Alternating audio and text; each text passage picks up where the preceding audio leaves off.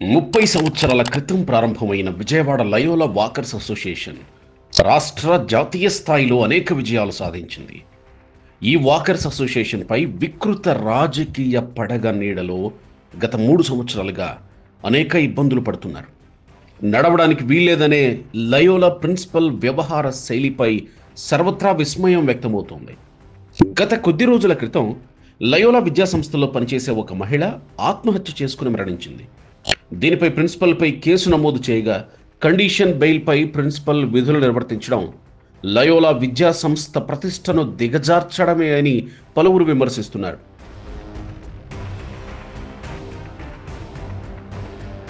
విజయవాడ తూర్పు ఎమ్మెల్యే గద్దె రామ్మోహన్ స్వయంగా నాటి ఎన్నికల ప్రచారంలో వాకర్స్తో నేను ఎమ్మెల్యేగా గెలిచిన వెంటనే మీతో పాటు నేను నడుస్తాను, వాకర్స్కు ఎటువంటి ఇబ్బంది లేకుండా శాశ్వత పరిష్కారం చూపిస్తానని గద్దె రామ్మోహన్ చేసిన వాగ్దానాన్ని వాకర్స్ పలుమార్లు ఎమ్మెల్యే దృష్టికి తీసుకొచ్చినా కూడా గత 6 నెలలుగా తమ సమస్య పరిష్కారానికి ఎమ్మెల్యే గద్దె రామ్మోహన్ నుంచి ఎటువంటి సాయం అందకపోవడం పలువురు వాకర్స్ను మనోవేదనకు గురిచేస్తోంది.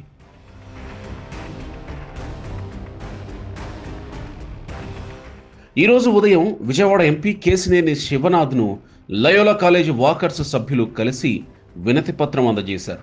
రాష్ట్ర ప్రభుత్వం ఇచ్చిన జీవో నంబర్ 18 ప్రకారం కూడా వాకింగ్కి అనుమతి ఇవ్వడం లేదని వాకర్స్ ఆందోళన వ్యక్తం చేశారు. లయోలా కాలేజీ యాజమాన్యం వాకర్స్కి అనుమతి ఇవ్వడం ప్రజాసేవలా భావించాలని ఎంపీ కేశినేని శివనాథ్ పేర్కొన్నారు. ఎమ్మెల్యే గద్దె రామ్మోహన్తో కలిసి 2-3 రోజుల్లో ఈ సమస్యను సీఎం చంద్రబాబు దృష్టికి తీసుకెళ్తానని, లయోలా కాలేజ్ వాకర్స్ సమస్యకు శాశ్వత పరిష్కారం దిశగా కృషి చేస్తానని ఎంపీ కేశినేని శివనాథ్ హామీ ఇచ్చారు. ఎంతోమంది వృద్ధులు, మహిళలు అని వాళ్ళు నిత్యం గత 25 నుంచి 30 సంవత్సరాల వరకు లైలా కాలేజీలో వాకర్స్ అసోసియేషన్ కింద ఫామ్ అయ్యి లైలా కాలేజీలో వాకింగ్ చేస్తున్నారు. వాళ్ళందరూ కూడా ఏ రోజు కూడా వాళ్ళ వాకింగ్ నడకని పూర్తి చేసుకుని మళ్ళీ క్రమంగా వాళ్ళు విధుల్లోకి వెళ్ళిపోయే వాళ్ళు అందరూ న్యూట్రల్ సిటిజన్స్, అన్ని రకాల కులాలు, మతాలు అందరూ కూడా దీంట్లో వాకింగ్ చేస్తూ ఉంటాయి. గత 30 సంవత్సరాల నుంచి లైలా కాలేజ్ యాజమాన్యం కూడా బ్రహ్మాండంగా సహకరించింది. వాళ్ళ లైలా కాలేజ్ అనేది విజయవాడ చాలా ప్రతిష్టాత్మకమైన సంస్థ.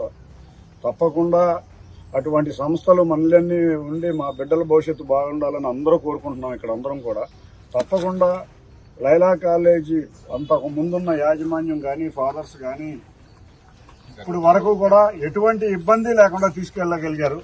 మేమందరం ఒకటే కోరుకుంటున్నాం. గత 3 సంవత్సరాల నుంచి చాలా ఇబ్బందులు పడుతున్నారు. అది కూడా యాజమాన్యం అందరూ కాదు, ఎవరో ఒక వ్యక్తి వల్ల పడే ఇబ్బందులు ఇటువంటివన్నీ.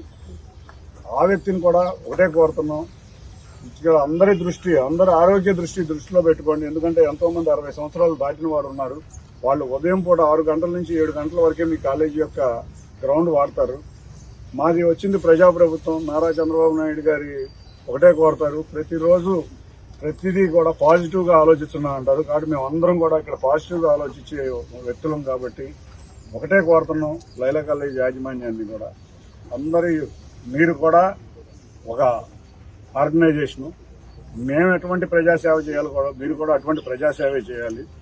ఆ సేవలోనే నిమగ్నమై ఉన్నారు. ఇన్ని సంవత్సరాలు కూడా లైలా కాలేజ్ యాజమాన్యం అటువంటి సేవలోనే నిమగ్నమై ఉన్నారు.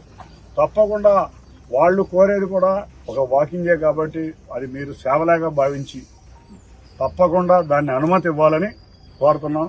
ఈ సమస్య తీవ్రతని దృష్టిలో ఉంచుకుని మా గౌరవ ముఖ్యమంత్రి నారా చంద్రబాబు నాయుడు గారి దృష్టికి నేను, గద్దె రామ్మోహన్ రావు కూడా తీసుకువెళ్తాం.